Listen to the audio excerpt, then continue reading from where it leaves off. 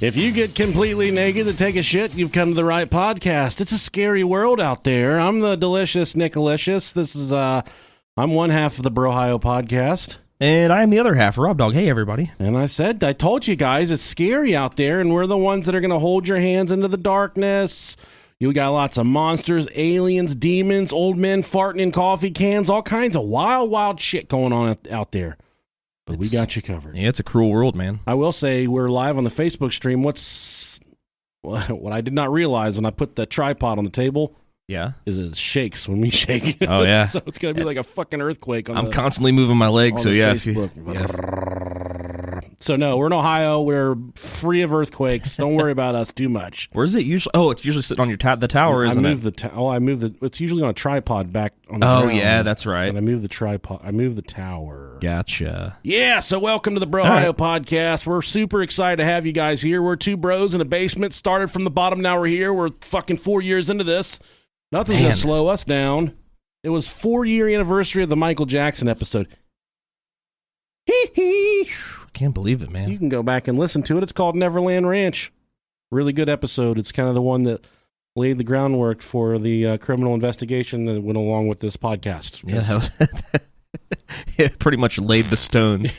Yeah. So it's back in the very beginning. Bubbles? I think it's episode number 4. I could be wrong. I could be right. That seems really early. We'll have to reference the official Brohio historian, Jesse Knox. I thought it was more like 14. Yeah, I don't know. I don't listen to them. They suck. Yeah, right. They fucking suck. Hey.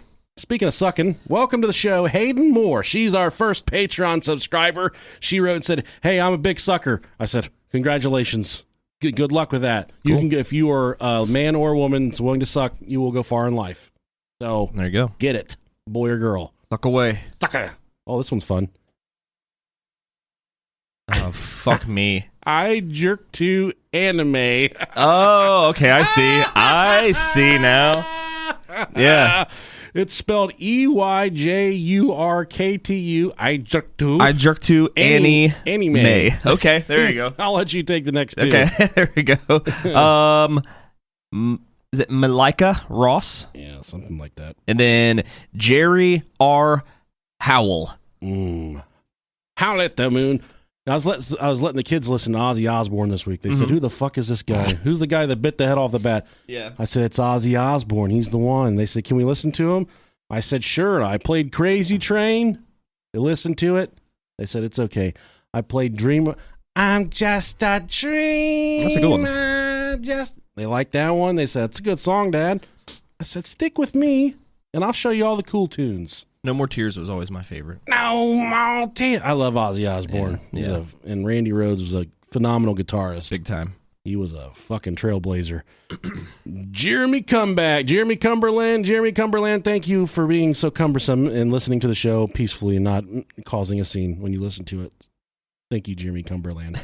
Robert Stroke this dick. Robert Stroke. Yeah. Elizabeth R. Thank you, Elizabeth R. Kaylee Vance. Ooh. Or Callie. I'm gonna say Kaylee. Kaylee Cat. Last but not least, Griffin Cleary. Thank you for the Patreon pledge, Griffin. And a special thanks goes out to Christopher Adams. He emailed us. He said, "Hey, bros, check out this topic right here. This bitch is wild." And yes, I do think the word bitch is derogatory. But I'm going to use the word bitch a lot in this episode. Okay. So strap in. Put on those strap-ons. We had a guy write us about getting pegged. Let's see if we can find that. I don't know if I put that on here.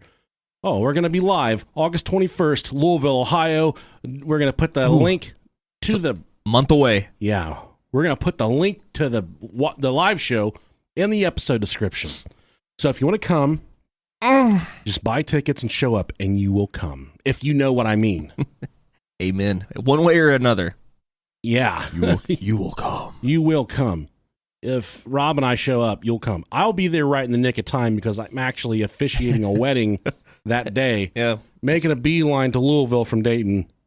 I'll be there, though, guys. You got it. I got faith in you. I'm going to make it. If not, I'm going to crash and burn. Rob's going to do it all by himself. Usually at the live shows, by the time we go on, Rob is so drunk.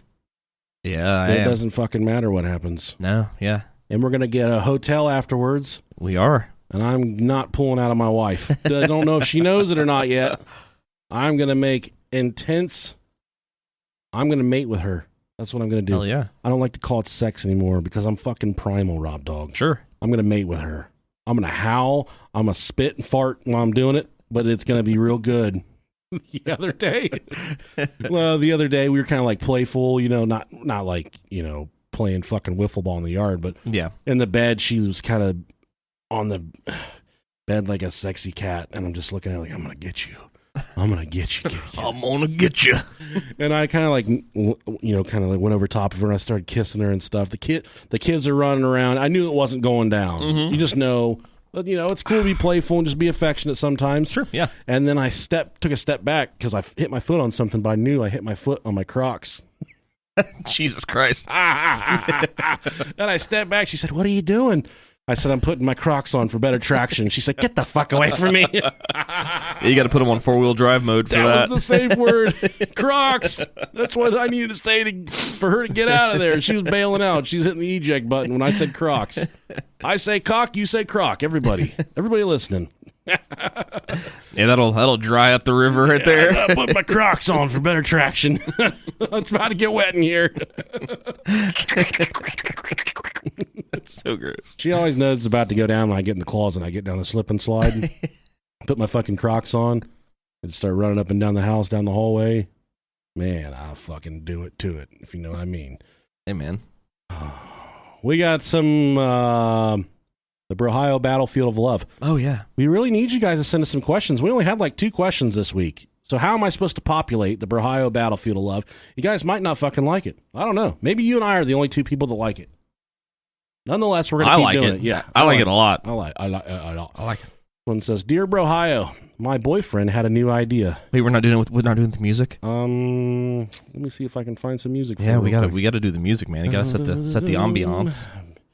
Love copyright free because we are too cheap. Too cheap. Second of Love. Let's see if that one works.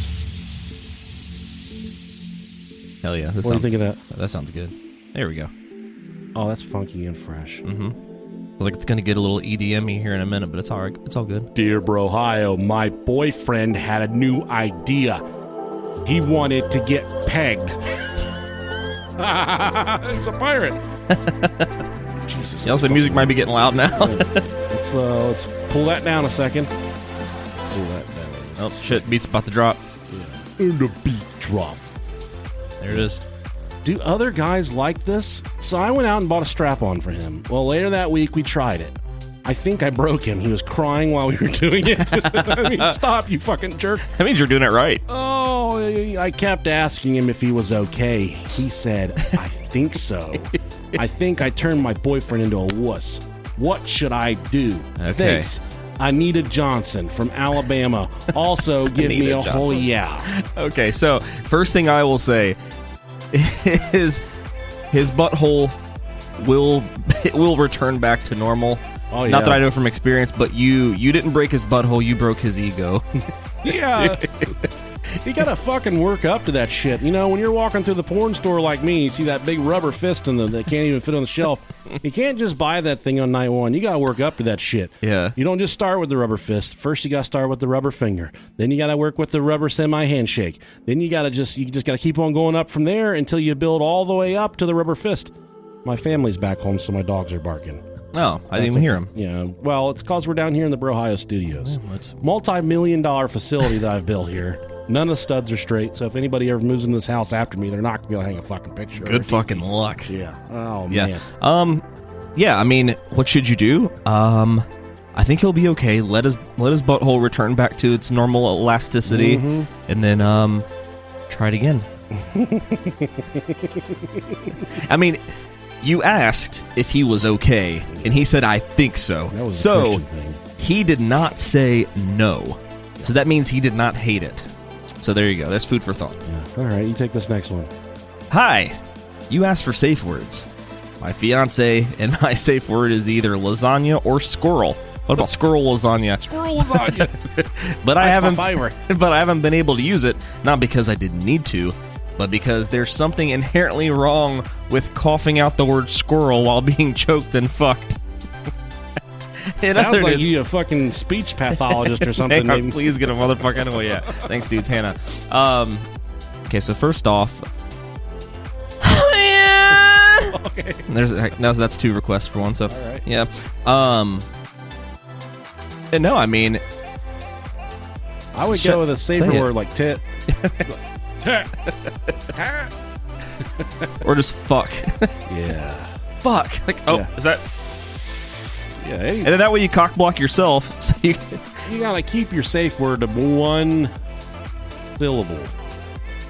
it's gotta be something that you can't tell if you're saying it in the throes of passion or if it really is your safe word. It's gotta be like, Yeah, your safe word can't be hairy toe knuckles or Bangkok, some shit like that. It's got to be something a little shorter.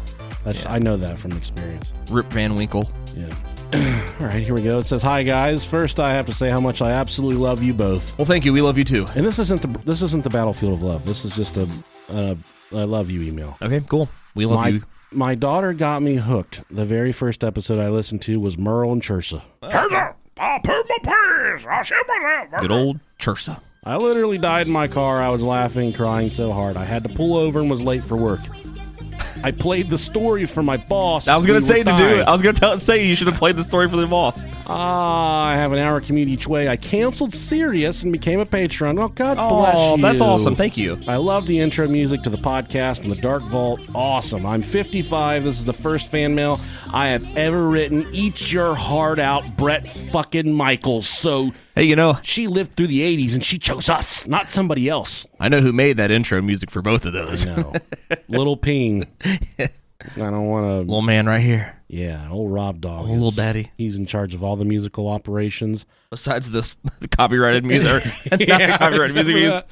That was from Terry Painter. I need to make one of those. Make us some music for that, though. Terry with an I. So not Cemetery Terry. Yeah. Cemetery Terry. He ain't got a driver's license. He be sneaking through the cemetery on a 4-wheeler. They say, "Boy, what you driving?" He said, I'm looking for booby traps. I be hitting ramps and jumps. Sometimes they got a headstone over there laying down at an angle. I hit that. I get about 2-3 feet up off the ground. I be cruising through the cemetery. I'm just a janitor in the cemetery. One thing I want to know, Terry, is that since I think it was last week when we talked about this, we had a big episode about getting buried alive. Have you seen any other type of suspicious activity going on in the cemetery since that episode?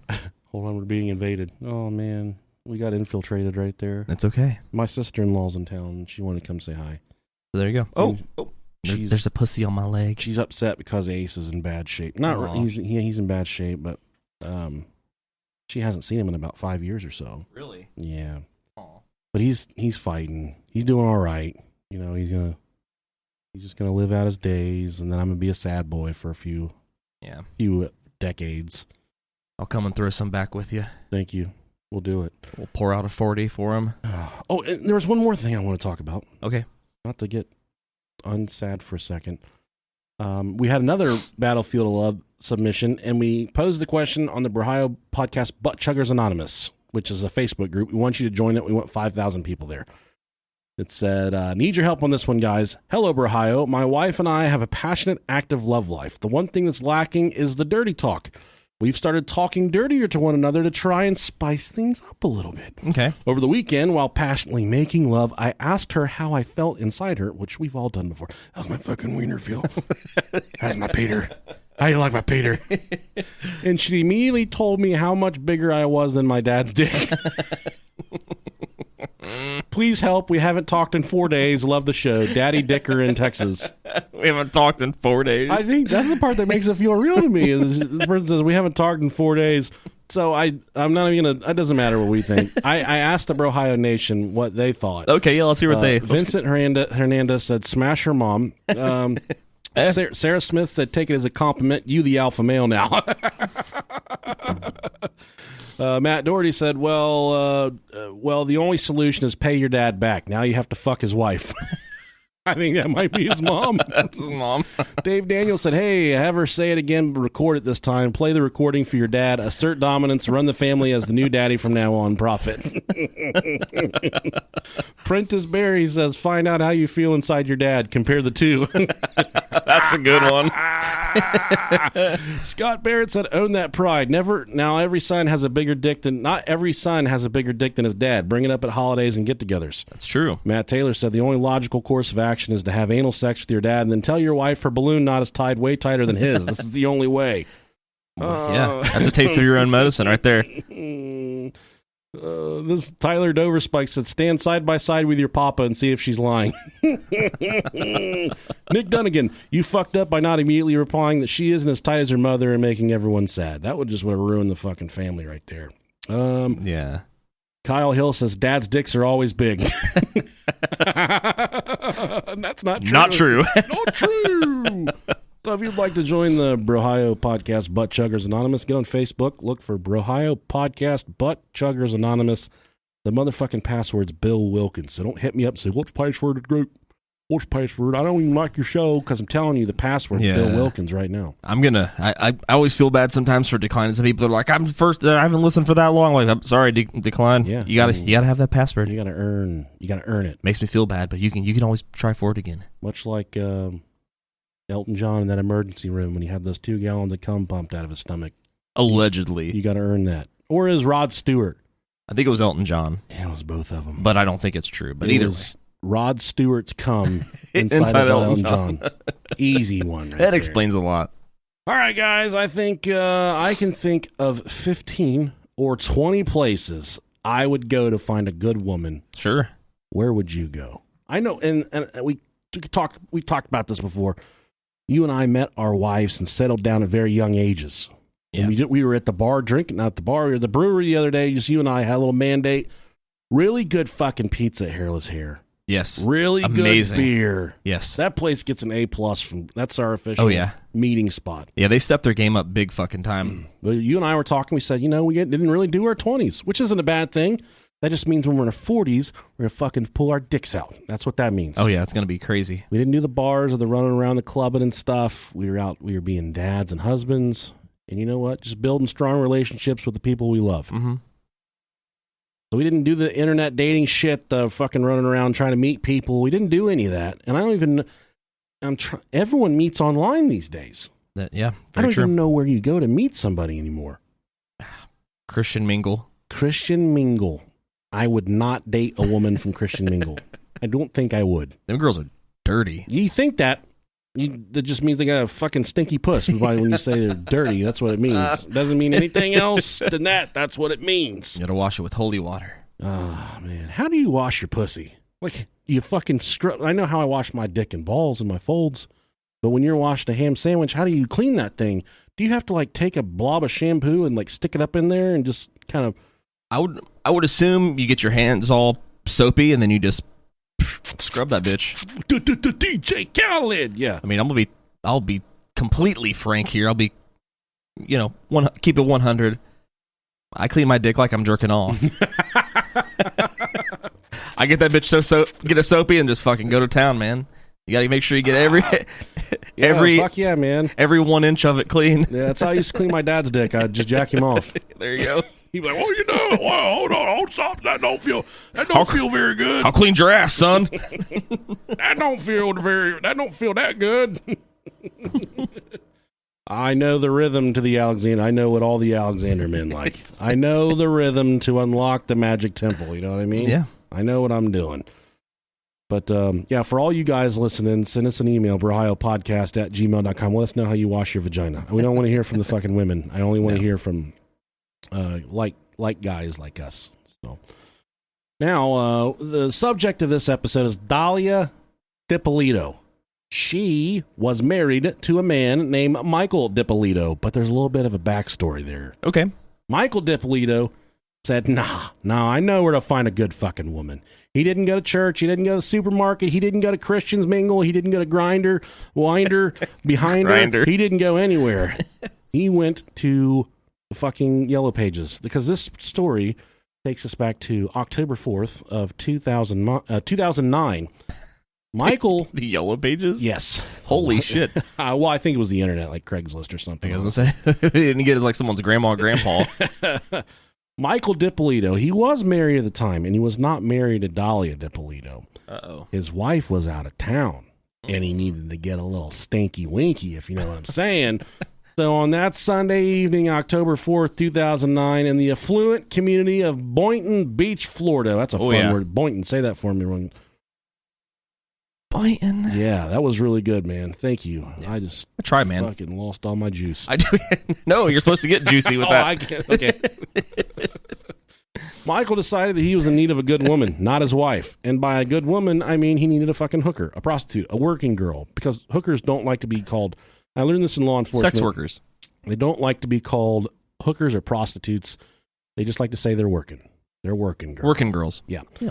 And that's what the distinguished real estate guru decided he was going to do. So Michael Dippolito, he was he had some money in his pocket.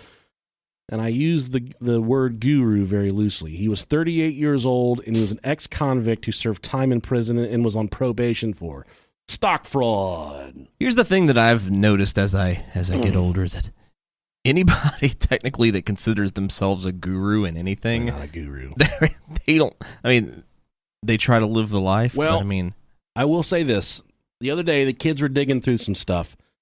They found my Omega Fireball yo-yo. Oh, dude, that's a fucking killer. And I said, whoa, what's that? They said, that thing sleeps for days. I said, it's a yo-yo. I said, I'm a yo-yo guru. I took it. I proceeded to fucking walk the dog, rock the cradle, around the world. I fucking flung it all around, hit myself in the nuts real good one time, lived through it, come out, was able to tell my side of the story.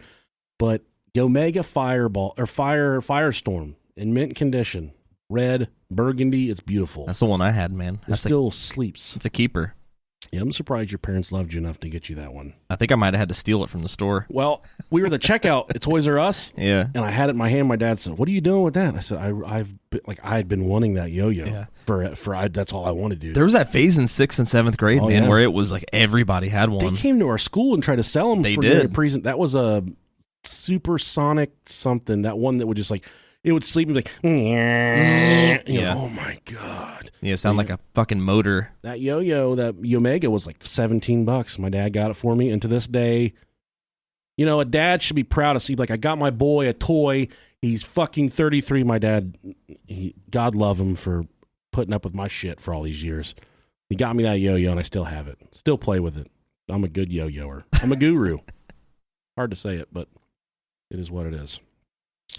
Now, back to Michael Dipstick. Just about 30 minutes after calling for his escort, his call girl, he was greeted by 26-year-old Dalia Muhammad. Ooh. Yeah. She was, I think, I don't have it in the research, but I believe she was of Egyptian descent. She moved, after graduating in high school in 2000, she moved to Boynton Beach when she was 13. And after graduating high school in the year 2000, she could never really settle on a career path. And this is kind of the way these things go for everyone that's listening that's a prostitute. She would eventually get a real estate license, but she wasn't very good at selling houses. And to help supplement her income, they didn't have DoorDash. They didn't have Uber. She became a high-dollar prostitute and an escort. That's what she would do to help. I'm considering all of them because I still haven't decided on my career path. Yeah. Prostitution seems like the only liable thing for me right now. Well, if you and I struck to strictly handicapped women, just because I got cake, so I believe me. I got cake batter. I got cake. I got cakes. I got some fucking cheese under my breasts. See that? Just roll back the foreskin, get more. Oh yeah, put that on a cracker. God, that's so gross. Them club crackers are really good though. Those are my favorite. Those are really fucking good. Don't get it twisted, bro. Man, God, my nose is itching. And I just want to clear something up. I've never snorted cocaine in my life. Me neither. Never done it. No. You're never going to get it. They say it only took 2 weeks for Michael Dippolito to file for a divorce from his wife. Oh, my God. Because he decided that he was in love with Dalia Dippolito, or Dalia Muhammad. And 2 weeks after meeting Dalia for the first time, he filed for a divorce from his wife of 7 years. Wow. The woman that stuck with him through his prison sentence, the one that gave him the backbone to stand up and say, I'm going to go on with my life. He left her in an instant for a goddamn slut. No, you can't say that. You can't slut shame. She had that gorilla grip. Yeah, she had something. Oh, she was nuttier than a fucking squirrel turd, too. We're going to get to that. She was crazy. Or as my dad would say, she was nuttier than a shithouse rat, I believe is what he would say. Okay. Yeah. I do want to say also that I see the name Dalia, and it immediately made me think of Daria. That was a stupid fucking show. So, the kids, and sorry, this is going to be a completely off topic, but the kids have been obsessed with iCarly. So they needed to see the new season, the reboot. So last night, I went ahead and signed up for Paramount Plus. I told you to do that a long time ago. Holy shit. It has everything. Holy shit. I mean, I was pissed. I originally signed up for it because I wanted to be able to watch South Park, but it's only on like HBO Max or something fucking stupid. But they have Comedy Central shows, but the Nickelodeon. Everything. Yes. Salute Your Shorts. Hey Dude. Legends of the Hidden Temple. Nick Arcade. Guts. Yeah.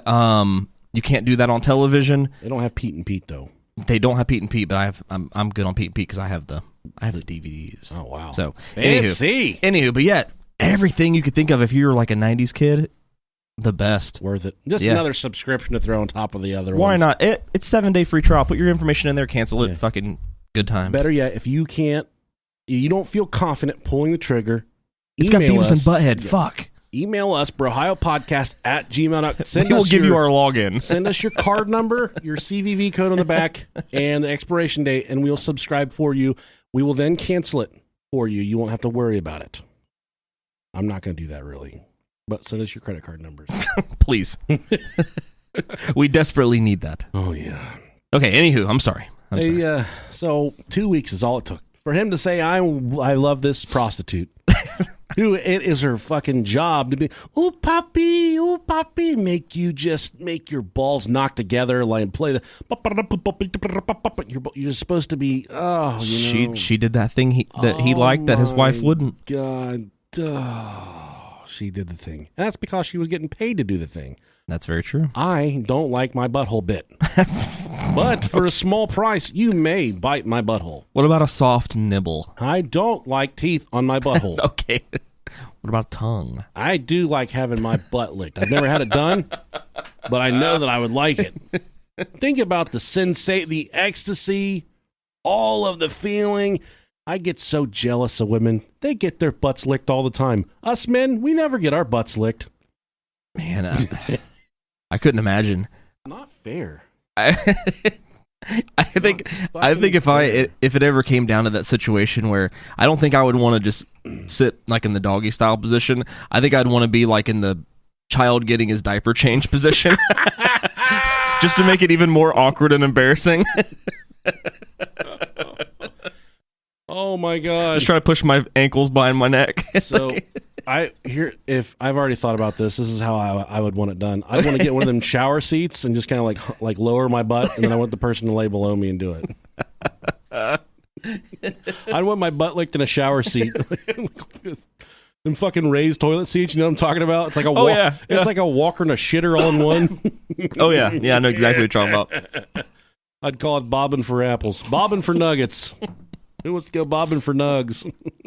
If you want to lick my butthole, send us an email, Brian, at gmail.com. I will not accept submissions from anyone in my family. Yes. Or will you only accept submissions? I don't know what the fuck's going on. We'll accept any submission. Animals only, please. They're the easiest ones to get to do it. A little bit of peanut butter goes a long way. You can't talk a dog into going to the vet, but you can talk him into giving you a good butthole licking. All it takes a little bit of peanut butter. And we wonder why we get taken off of YouTube. A little bit of jelly. When I get really old, I'm going to use empty jars of jelly to hold coins and shit.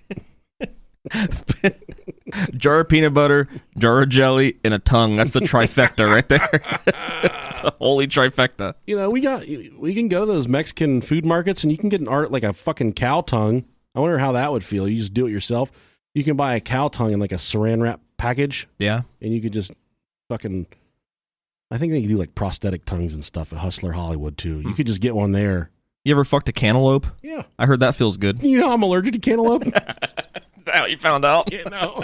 That's how my mom found out. But I mean, if you cut a cantaloupe straight down the middle, the seedy part kind of looks like a No, that shit is the devil. It will send me to the fucking emergency room. I don't care what it looks like. I know it's tainted. It's not good. It makes my throat swell shut. I can't have it. Cantaloupe's my favorite. Never had it on my dick before, though. Not because I fuck it, but I might be missing out. I just like the taste. We gotta get it back together. Okay, I'm sorry, guys. This is awful. The only way that Michael could... He left his wife. What are we even talking about? I don't even know. He left his wife for 7 years, and he's with Dalia Dippolito now. And he proposed after only 2 weeks. Well, he left his wife after only 2 weeks. They say the best way to get over someone is to get under somebody else. You feel me? Come on now. Come on. That's what she said. That's what he did. And that's exactly what he did. All right. He said, I'm going to get me a fucking hooker, and I'm going to marry her. That's like if you want... I don't know. If you want to think hard about this one. If you want a husband that beats you and drinks, you marry a cop. I was not expecting that. I'm just kidding. Oh, God. I take that back. I got a lot of cop friends. I don't mean that. That was a joke. That's only if you're a minority. Poor taste. Oh, Jesus Christ. Oh, man. We got to close this episode right now. So he proposed. He proposed to the prostitute with a $20,000 engagement ring. How do you think that fucking conversation went? This guy was she was young. He was a little bit older. I just know how this conversation went. Like, you make me the happiest man. And I know exactly what it was. She is fucking paid to have sex. Yeah. So she had that fucking exotic vajayjay, not that stuff you get in the fucking Great Value Walmart. She had that Jumbo Jim's fucking vagina, that exotic stuff, the stuff you get in the gator meat aisle. You know what I mean? She knew how to put that thing down, flip it, and reverse it. And he was smitten. Sure. I'm scared. You got a big... Let me search it. That's what Missy Elliott said. Missy Elliott was a big old fat hairy broad. Now she's not. Now she's thick and put together. God bless her. If you got a big... Let me search it. Got to do the elephant sound. Yeah, no. I can't do it. That was pathetic. No, I thought it was really good. Okay, thank you. It sounded like one that had just been shot, but yeah, it was pretty good.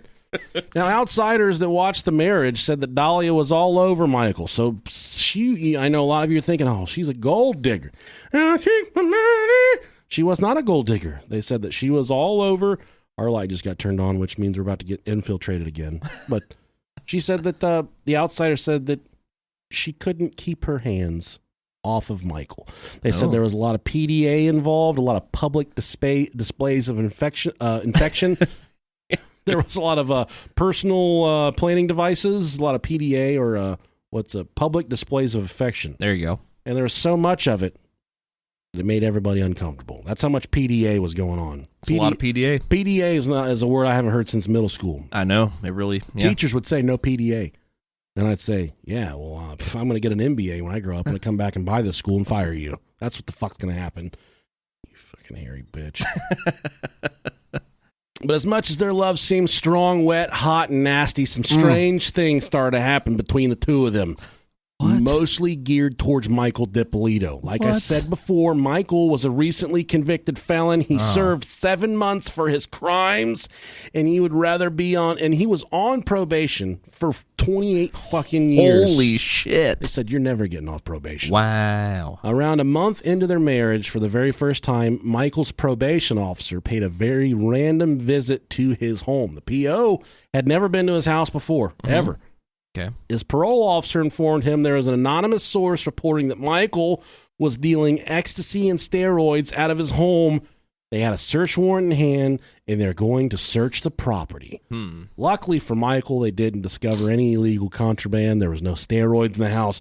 There was no ecstasy. There was no sleeping pill. There was nothing. Nothing to get him jammed up again. Good. But it was just ironic that... The police, the parole officer had never paid him a visit before until now, and this time he went straight to the house. He didn't. Mostly it's you come in, you drop some piss. I talk to you. That's the way the parole thing goes. Not this time. He went to the fucking house, search warrant in hand, so the PO thought this was going to be a pretty fruitful raid they had going on there. They thought going to take him down. No, he didn't have anything. But only about a week later, on kind of a whim, Dalia decided that she wanted to go on a little weekend getaway to Palm Beach with Michael. Naturally. They partied their buttholes off on Friday. Okay. Saturday night, they partied their buttholes off as well. But something was askew when they went to leave on Sunday morning. Waiting next to Michael's car was the Palm Beach Police Department. This time, much like the parole officer at his house, a week earlier, the police stated they received another anonymous tip reporting that Michael was dealing drugs in the parking lot. Oh, my gosh. Police searched the vehicle, and they found nothing. Sounds like they're getting bum tips. Sounds like somebody's trying to get this couple jammed up. Yeah, they are. They don't like the thought of Dalia the prostitute being married to Michael Dippolito, the real estate mogul, who I wrote on Facebook, and he did not answer my message. So, Michael Dipstick. Fuck. You fucking fuckhead. Watch him respond afterwards. I would love to come tell my side of the story. No, he's not going to. Yes, he's not going to now. But if you want to save face on this show and not have us say mean things about you, you should have came on here. Just take the fucking interview. That's the way it goes. The guy from the 20 and back space program, we probably would talk shit about him, but he came on the show. We talked real good about him. Yeah. We take care of people on our show. Lou Velozzi.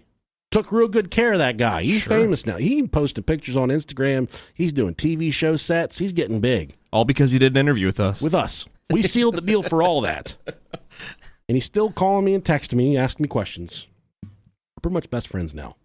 And I say, listen, bud, I've been with Rob for a long time, Lou.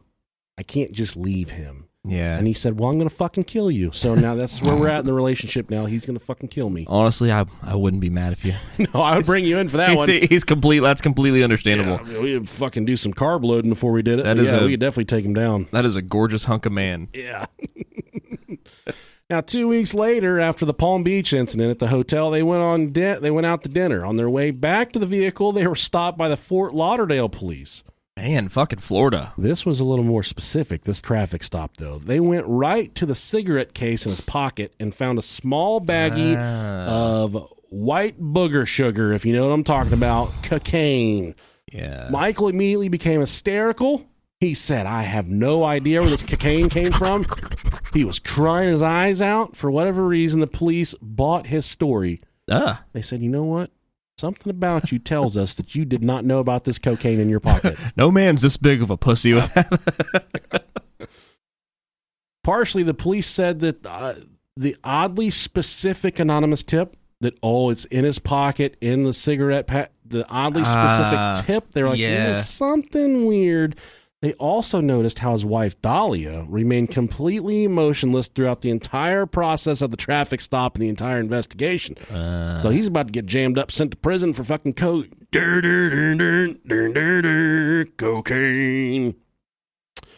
What's the difference between cocaine and a 2-year-old baby? I don't know. Eric Clapton wouldn't let a bag of cocaine fall out of a hotel window.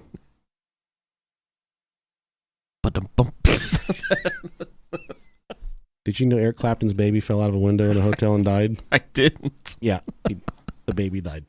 And that's where the song, would you know my name? Oh, shit. If I saw you in heaven. Yeah. But I know that Phil Collins watched a guy drown and didn't do anything. I can't help you. I'm a phenomenal drummer.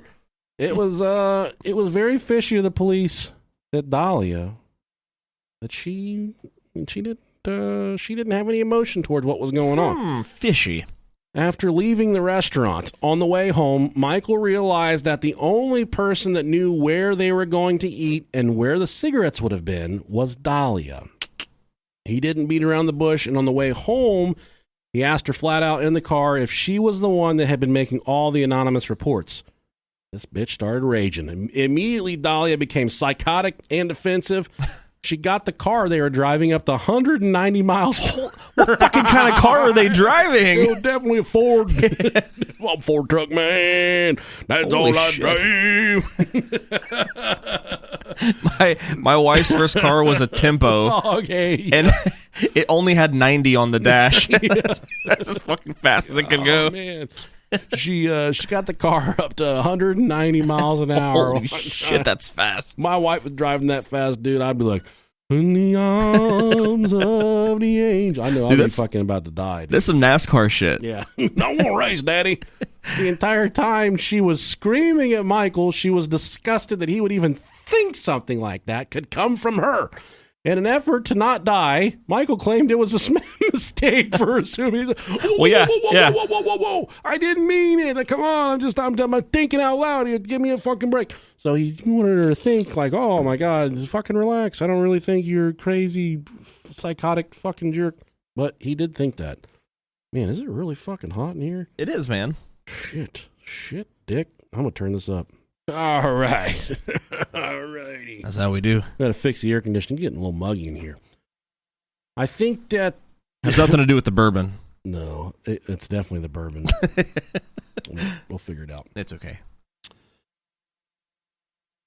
So where was I? I don't know. Just let's pick up. In an effort to not die, he says, I've made a mistake. I'm sorry, okay? I'm backtracking. By this time, the police incidents, the fucking calls, the anonymous tips, everything was starting to pile up, but everything was starting to add up in Michael's head that she was the one that was making all these anonymous calls. And I think we all know by this point that Dalia was, in fact, the one that was making the anonymous tips towards the police. She needed to figure out a way to get Michael off of her tail because she was sure she knew that Michael knew that she knew. And the only way to do that was to make some other wild shit up. She knew that Michael was starting to become privy and and maybe that he suspected ulterior motives from his new bride. She needed a quick diversion, something to get his mind off of her plan to take him down. The morning following the restaurant incident, where she drove him down the road 190 miles an hour and almost killed his ass, she told him that she was pregnant. The old time fucking, that's how you get him to, it's how you reel him back in. Cast that bait out. Even if there is not a baby in your butt. And if you've ever had a baby with your butt, send us an email, brohiopodcast@gmail.com. I'd love to hear your story. But she said, I'm pregnant, baby boy. I got your baby inside me. And every sin up until that point was washed away. He thought she walked on water again. She said, she doesn't want to kill me. She just wants to have my baby. Here's a little foreshadowing here. Well, not necessarily foreshadowing, but forewarning, I should say. If something wild is happening in your life and that's the Hail Mary is the pregnant thing, ooh, maybe you should hold that stick while they piss on it. You need to shove that stick inside of her butt yourself. Yes, exactly. Let her poop on that stick. And then suck on it.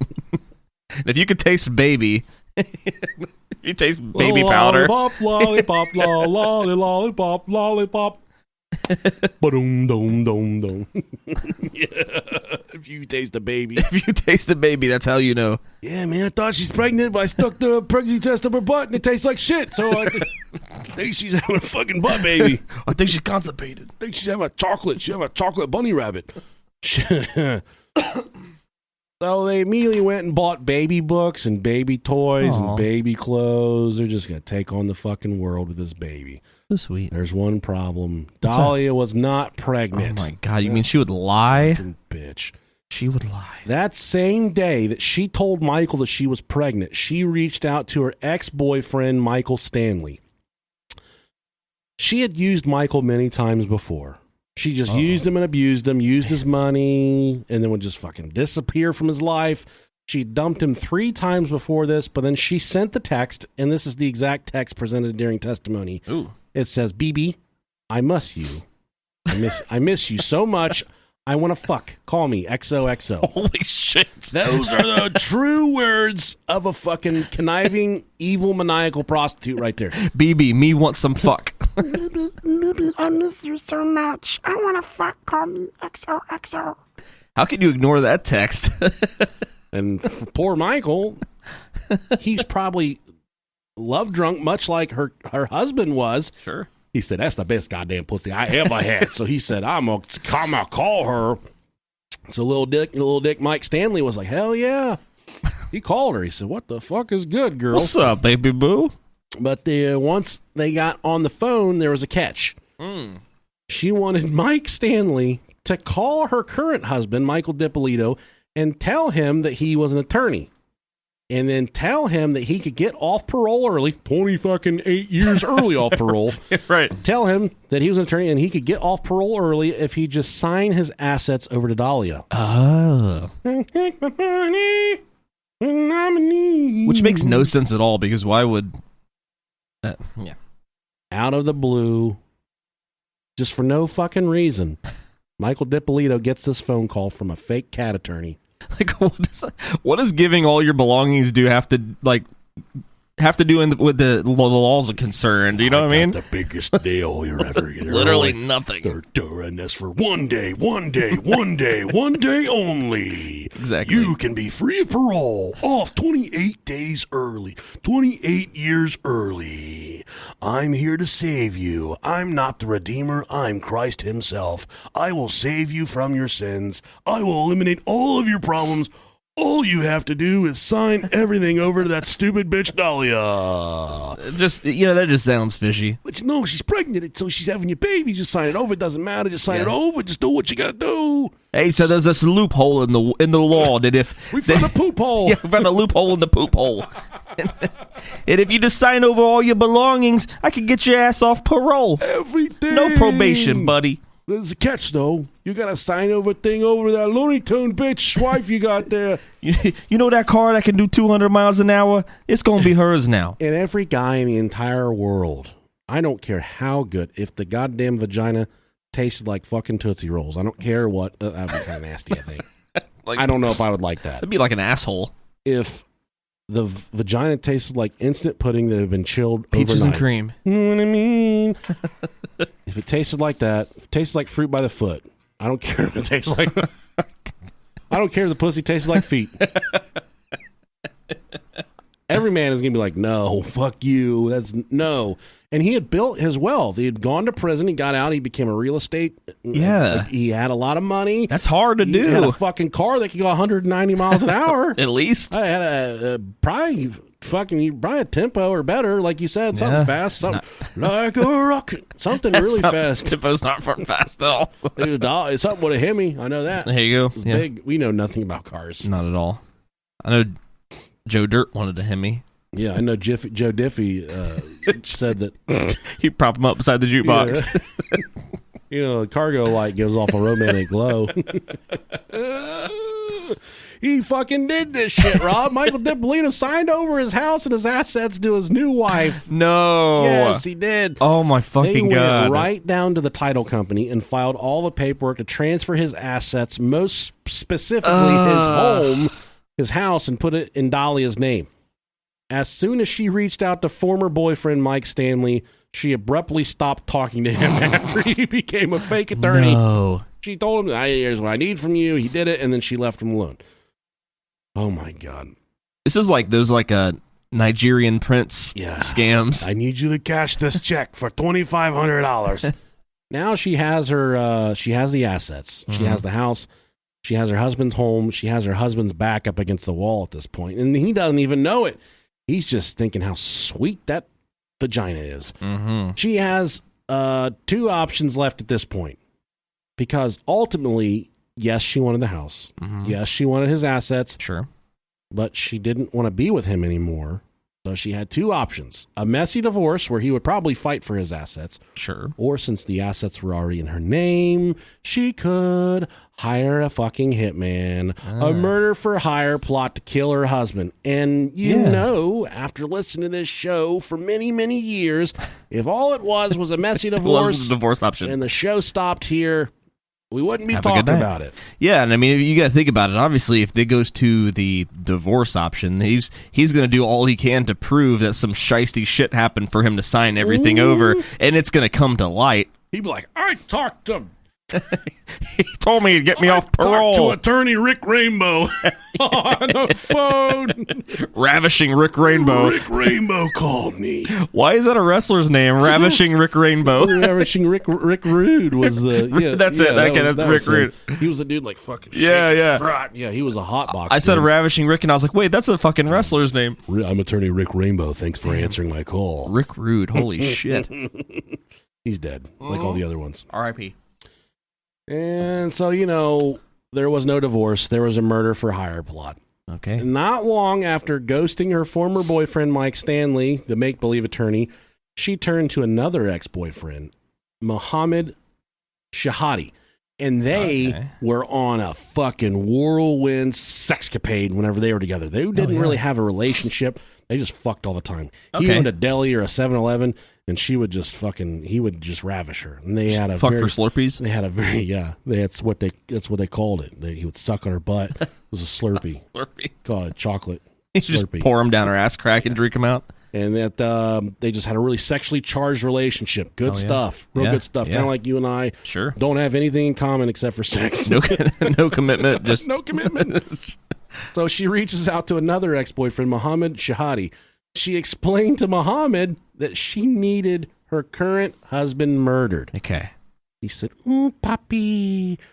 She needed him dead. Muhammad was lukewarm to the idea, to say the least, like any fucking normal human being. He's just like, eh. And it's not like he was a hitman to begin with. He fucking served cold cuts and slushies and chili cheese Fritos, Funyuns, Ruffles with wedges. What's the good ones? What's the crispy ones in the red bag? Doritos? No. The chips, they're like, they're airy chips. Sun chips? Munchos. Oh, Munchos. Oh, those are good chips, aren't they? Sun chips or Munchos? Munchos. Oh, Munchos are pretty good, yeah. They're real good. Chili cheese Fritos. Put that on a burrito. Chips, man. Chips drive me crazy. Yeah, man. I love Funyuns. Funyuns are pretty good. My kids like Funyuns, and they're like, "Dad, you want a Funyun?" I'm just now starting to lose some weight. I don't want a fucking Funyun. Give me the bag. Give me the fucking bag. Yeah, you can't. There's certain things you can't turn down, and that's Funyuns. Snacks and sweets, man. Those fuck me up. The cake. My middle son Carter, he got a thing of Klondike bars at the store this week. What would you do for a Klondike bar? Every time he gets one, he's like, "You want one, Dad?" I'm like, "You fucking bet your ass I do." Yeah, bring it in here and serve it to me, though. Like I didn't want one. Yeah, I'm usually laying in the bed like a fat piece of shit. Like, if you want to go back down and get me one, I'm not going to be mad. He's like, "Okay." The other day, we were at the grocery store, the kid's like, "We want ice cream sandwiches." I said, "No, we don't fucking need them. Nobody's going to fucking eat them. We don't need that shit." My wife got them anyways, and they've caught me eating ice cream sandwiches like 8 times. Dude, ice cream sandwiches. And I'm like, "What are you eating all the ice cream sandwiches for?" Oh. "These are real bad for you. You don't need them." All right, back to the story. But they're delicious. They are really good. Now, it's not like Mohammed Shahadi was even a real fucking hitman. Like I said, he was serving cold cuts and Slurpees. Sure. So he was naturally lukewarm to the idea. And he advised her that he would have to ponder on it, that he was not completely sure that that's what he wanted to do. Well, yeah. After their discussion, he immediately went to the Boynton police and he gave them all of the information. Oh, good for him. And that's where we start with our first piece Playing of it smart. audio. Let's hear this bitch. She asked if I knew someone who can kill her husband for her. I said, basically, no, I don't. She tells me, though, he's the nicest, sweetest nerd, but you can't stand him. So at first we weren't sure what we had. He's a good looking You know guy. what she loves? Well, that was the detective. The guy in the middle of that picture with the 2 girls? Yeah, we'll loop in the Facebookers here so Okay. you can see it too. Okay, there No, you At the time we didn't know what to believe. her last name, I don't know. Here's a gentleman who walks in. According to him, he's had a sexual relationship with this young lady, but he wasn't sure exactly where she lived or her last name. Just fine. She's maybe 5'6", 5'7". That's her? Yep. Dark black hair, green eyes. Not what I was She's a good-looking expecting. girl. Really good looking girl, actually. Yeah, she is. The fact that somebody was going to get killed, it was bothering his conscience. Did she ask you to find someone for her? Yes. So naturally, what they did after that, they said, "Okay, we might have ourselves a little murder for hire plot going on right here." Mm-hmm. Super fucking cool. To kind of solidify her intent, so they couldn't just take his word. They had to nail this bitch to the wall. They had to nail Dalia to the wall. They rigged up his back seat with a camera, and they had Muhammad arrange another in-person meeting with Dalia, to which she obliged. Okay. She got in the car with her ex-boyfriend and made it very clear what she wanted done. And here is the actual audio from the car whenever Dalia got in the car with Muhammad to say, "Hey, I love all this media. It's so fun. And during this specific sit down right here. She gave him $3,000 cash to start the whirlwind right here. So she was ready to get put things in motion. You guilty, bro. Okay, after he kills him, whatever, your mom and all of them are not gonna, like, his mom is not gonna get suspicious of you or anything like that? Why me? That's killing somebody? Come on. Nobody's gonna be able to point a finger at me. Mohammed tells Dalia the gunman needs some money up front. I brought $1,200. Like, that's all I brought, George. Like, I'll give you 20 once it's done. After Dalia leaves the car and the coast is clear, cops call Mohammed on a speakerphone while he's still in the car. Hello? Mohammed, Yes. where's she going? To get the money or what? No, she gave me the money. Gave you the money. Yeah. Not only did they This episode of the BLUECHEW podcast is brought to you in part by one of our favorite sponsors, BLUECHEW. Say it with us, everybody. BLUECHEW. BLUECHEW's making waves and bringing more confidence to the bedroom. Longer, stronger. Oh, my God. By offering chewable tablets that can help men get stronger and longer-lasting boners. Or erections, as we like to call them. BLUECHEW is a unique online service that delivers the same active ingredients as Viagra and Cialis, but in a chewable form and at a fraction of the cost. BLUECHEW is an online prescription service, so no visits to the doctor's office, no awkward conversations, and no waiting in line at the pharmacy. And it ships right to your door in a discreet package. I've tried it. I loved it. I absolutely chased my wife from one side of the house to the other. It works. I cannot emphasize enough that it works. Oh my God. So if you could benefit from extra confidence when it's time to perform, visit BLUECHEW.com for more details and important safety information. And we've got a very special deal for our listeners. Free stuff. Yes, free. Free. Free. Try BLUECHEW for free when you use our promo code BROHIO at checkout. All you got to pay is $5 shipping. That's BLUECHEW.com. Promo code BROHIO. Send us a screenshot of your order, and we're going to send you free BROHIO stickers.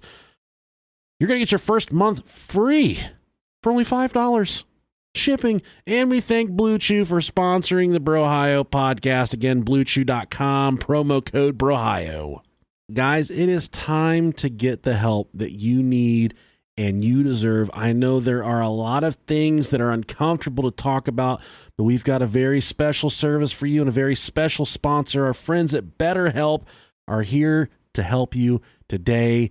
BetterHelp will assess your needs and match you with your own licensed professional therapist, and you're going to connect in a safe and private online environment, so it is very convenient. It's not self-help. It is professional counseling. You're going to get the professional help that you need. You can send a message to your counselor anytime. You're going to get a timely and thoughtful response. BetterHelp is committed to facilitating great therapeutic matches, so they make it easy and free to change counselors if need be. And I cannot emphasize enough, guys, BetterHelp is going to help you with your mental health, and they are going to do a great job doing it. They've taken such good care of me, and they've taken such good care for hundreds of BROHIO listeners. They're going to help you with whatever your issues are: self-esteem, grief, relationships, sleeping, trauma, depression. Anything you share is going to be completely confidential. There's tons of testimonials on their website posted daily. In fact, so many people have been using BetterHelp that they are recruiting additional counselors in all 50 states. And I have a call of action to all of you. I want you to start living a happier life today. As a listener of the BROHIO podcast, you're going to get a great deal from BetterHelp.com. You just go to BetterHelp.com/BROHIO. You're going to get some money off. Yes, lots of money off. BetterHelp.com/BROHIO. Join over 1 million people taking charge of their mental health. Again, that's BetterHelp, HELP.com/BROHIO. I know a lot of you you're trying to buy a house. You're trying to do big things, trying to go on a really fancy vacation. You have, lots of dreams and aspirations. Today, you can use Credit Karma. They're going to help get your credit back on track, get things back to where they belong, so you won't have to hit the pause button on having a good time. Starting something new can be nerve-wracking. Wouldn't you like to know beforehand whether it was going to work out or not? Credit Karma can give you more confidence before you make a decision. Credit Karma's game-changing technology shows you tailored offers for credit cards and personal loans that you're more likely to be approved for, so you can apply with more confidence. They use your credit and other financial information to show you custom recommendations, whether you want cash back, travel rewards, or to consolidate debt. Credit Karma can help you find the offers that fit your goals. You go to creditkarma.com/podcast to learn more and find offers tailored just for you. That is creditkarma.com/podcast, or you can see offers on the Credit Karma app, which I use religiously, and it works wonderfully. Apply with confidence today. Go to creditkarma.com/podcast or the Credit Karma app. $3,000. Ooh. She paid right away to have her husband killed. But you're going to need a little bit more money than that to get somebody killed nowadays. The last time I paid to have somebody killed, it was 20 grand at least. Yeah, probably. If we really wanted to have somebody killed. Unless you're trying to kill somebody like a trailer park, then I'd say that's probably about 20 grand. I'd say 50 grand for a good killing. Not that I've shopped prices or anything. Yeah. I'm just assuming. I don't know.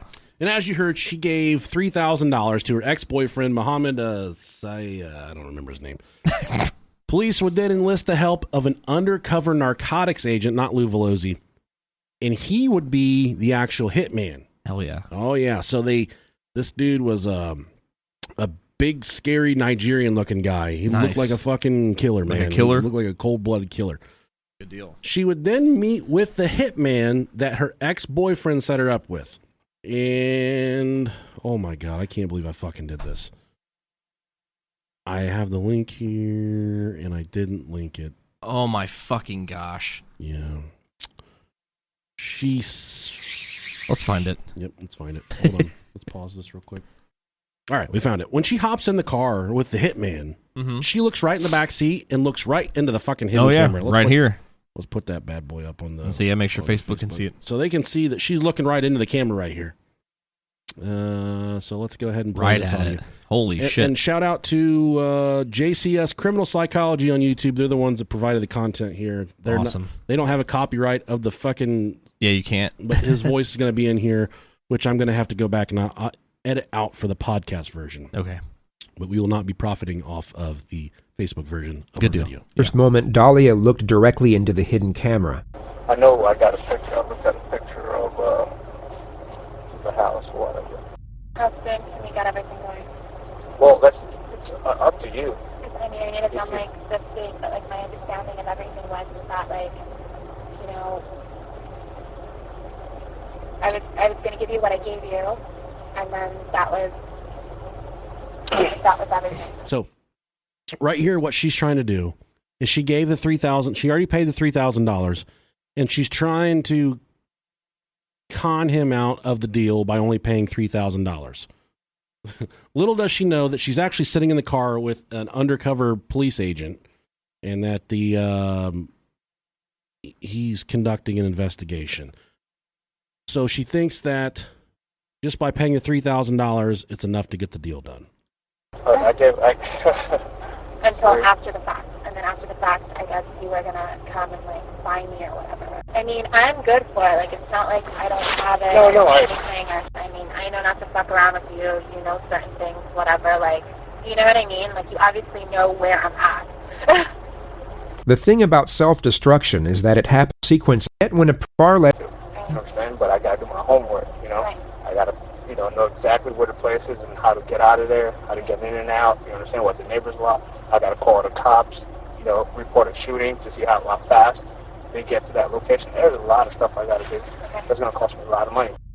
And I never thought about that. As a hitman, that's one thing you would do in the spot where you want to kill someone is go to that spot and call in a fucking shooting. Yeah. And see how long it takes the police to respond there. So when you do pull off your deal, you know how long you fucking got before the cops get there. I mean, makes perfect sense. It's a long shot. Yeah. How do we do it, like, at the house? Like, how soon could you do it? And I could do it Wednesday morning. It's going to be like I break into the house, didn't think he was going to be home because everybody works in the daytime. Right. I'm going to think he's at work. Boom, he's not at work, then, he gets 2 in the head. That's it, I take a couple things with me. Boom, 2 in the head. That's cold. A couple windows, make it look like a robbery that went bad. It's all over. I'm gone out of there. Police going to be asking you questions. Although they know it's going to be obvious, what it is, and they already know, but, they're going to ask questions, because that's how they got to do it. But I don't know how well you handle pressure. I don't know, because I don't want... No, I'm not going to, I'm a lot tougher than what I look. I know you see, and you're like, oh, what a cute little girl, whatever. But I'm not. You are. You're extremely beautiful. Thank you, but, He's trying to fuck her. Well, he said that, and when they interviewed the undercover cop later, they said that when she got in the car, he could tell right away that she was trying to put off like a sexual vibe. Sure. She was dressed half naked and shit. So he was playing into her hand. Well, I'm sorry. She was playing into his hand. So he's like, oh, you're beautiful. He's gotcha. Started to talk like, oh, you're fucking. So she thinks that she has him. So but in all actuality, there's a fucking camera in the back seat. Yeah. And they're just. He was reacting to the way that she thought that he would react. Yeah, exactly. It's a good job on his part. Yeah. make sure everything's going to take care of. Between now and when it's done, you're not going to have an option to change your mind. Even if you change your mind, I'm talking to him. There's no changing. No, there's no, I'm determined definitely already. say you wanna I'm do this positive, thing. 5,000% sure. Damn. 5,000% sure. That's not even an accurate number, but yeah. No, it's not. Around 6:30. Once you hit 100%, you're kind of at your percent limit. And what the plan is, and I know it might have been a little hard to hear. So what the plan is, on Wednesday morning, she was going to leave. Yep. He was going to go to the house, and he was going to fake a break-in. When he broke in, I didn't know the homeowner's home. He's going to shoot him 2 to the head. Game over. Hitman wins. She wins. She gets all the assets. Call the po-po. Get the fuck out. Yes. So she sealed that deal. She did give him, I think she gave him $7,000 during this transaction. Okay, so that's 10 total? Yes. Okay. And planned to be working out at the gym on August 5th, that Wednesday, and that was going to be her alibi of how, she wasn't the one responsible for the murder. Also, the kicker was she told the hitman that if you don't want to do it on Wednesday, there's another day that he walks to the bank. He'll be out in public, and she wanted it done in public. She wanted him to be publicly humiliated, and she wanted it done in public. She said he'll be taking $10,000 to the bank, and all you gotta do is fucking whack him, and the $10,000 is yours on top of everything that I've given you. And the undercover cop said, no, that I can't do the public thing. My whole takeaway is that, I want this much money in my bank. Fuck. And she didn't even have a job. She didn't do anything. She just fucking hung out in was a maniacal fucking cunt bag is what she did. Man, I can imagine just to have 10 grand in my bank just to throw away, just to piss away, whacked. Yeah. I'd rather just whack them. And the best part of this entire episode, what makes this all that much sweeter, the police department running the investigation was currently under contract with Cops, the TV show on Fox. TV show, Cops, filmed on location. Cops doesn't come on until 4. Cops is was one of the longest running reality shows in America. For all of our overseas friends, it's where the police department is just followed around by a camera crew. Camera crew just follows around police stuff. And this police department was being followed by the Cops film crew. So they really upped the theatrics on this one. Of course. On the morning of the murder, she left for the gym around 5:45 a.m. Okay. Police immediately swooped in to tell Michael the news. Good. And you have to keep in mind that the entire time that this is going on, Michael has no idea that his wife is trying to have him murdered. He did not find out that he was going to be murdered until the moment that he was supposed to be murdered. Man. The moment that he was supposed to be murdered, the cops swoop in and said, you got to get the fuck out of here. Your wife is having you killed. She's hired a hitman. It's an undercover police officer. You're no danger, but your wife is has paid to have you murdered. And he doesn't know this until the moment that he is supposed to be whacked. Bro, that's some stressful shit right there. Yeah. It'd be hard to believe, but the police knock on the door. They didn't get a quick answer. Yeah. That's because Michael was inside recuperating from his recent liposuction surgery. Oh, poor guy. Poor guy. He can't even fucking move. Yeah, so they knocked on the door and Michael was recovering from liposuction surgery. He could barely move. They quickly extradited Michael from the home and took him to the police station. And here he is later testifying in court on what happened. I want to see what he looks like. Judge. I obviously looked like I was in shock or something. And That's when the guy blurted out, Yeah. listen, you have to come with us. Your wife's going to have you killed today. Well, I stood there and I kind of looked around and I see a bunch of cameras in the bushes or wherever, and I just kind of said, what the hell is it? Like, I couldn't figure out what was going on. That's all it took right there, buddy. Man. Isn't that fucking great? Yeah, just looks like a good old Jersey boy. Yeah, he does. He's a Guido for sure. Yeah, definitely. They could have stopped. The police could have stopped right there, Mm-hmm. and that's what the police are really being extra here. They are really going the extra mile for the cameras. They could have stopped right there. Yeah, they'd definitely. already received the money. They already had her seal the deal with the hitman. Video evidence. There was nothing more to solidify what she had done. Oh yeah, guilty. Yeah, guilty. Case closed. Guilty. Yeah. They staged an entire crime scene around the home. I'm talking tape, they had the forensics unit out. They had police investigators, the coroner. They had the whole 9 yards out in front of the house because they were going to bring her home from the gym and lead her to believe that her husband had, in fact, been murdered. So they're going full theatrics. And a lot of you might have probably, it's a viral video of her coming home from the gym. You've probably seen it, but there's a lot more to the story. So they have the forensics, the ambulance, the coroner, the whole 9 yards. The cherry on top, the cops' film crew had professionally rigged up microphones to all the cops involved. Hell yeah. They filmed it all, the cops did. Before she left for the gym, she was very uncomfortable with the thought that a hitman would be inside of her home. So in her gym bag, she put $80,000 worth of jewelry and took it to the gym with her because she didn't want the fucking hitman who she trusted enough to kill her husband, to steal her jewelry, and not narc on her. He didn't trust her enough. I'm sorry, she did not trust him enough to not steal her fucking jewelry. That's hilarious. You ever had fucking $20,000 worth of pearls ripped out of your butt like someone's trying to start a fucking broken lawnmower before Rob Dog? $80,000 worth of fuck, dude. Yeah, fuck, baby. Yeah, baby. $80,000 worth of jewelry, baby. Fuck, baby. Fuck, baby. So she takes all of her fucking jewelry and puts it in the bag. She didn't want the hitman to take it. That's some fucking bling bling right there, baby girl. So then the police call her at the gym on her cell phone to tell her that there has been an incident and that she needs to come home. Okay. Just so happens Nicolicious has the phone call right here. Hell yeah. Ma'am, I need to talk to you. It's very urgent when you come home. It involves your husband. There's been an incident. Okay, can you come right back to your residence, please? Yeah, I'm leaving right now. Is you okay? Ma'am, I'll tell you everything you need to know when you get here, okay? Thank you. All right, bye-bye.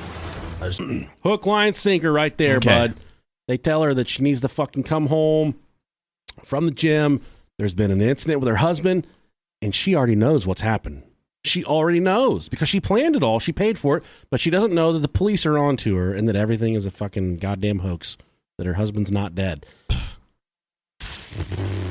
Man, that's like it's like a double heartbreak. I know. This like not only do you get fucking arrested, but then he's really not dead. She so fucking deserved this, though. I know, exactly. Yeah. The police sergeant in charge of the investigation greeted her at the home, and when she arrives back from the gym, and that's when the sergeant breaks the news to her that her husband had in fact been murdered. Oh man.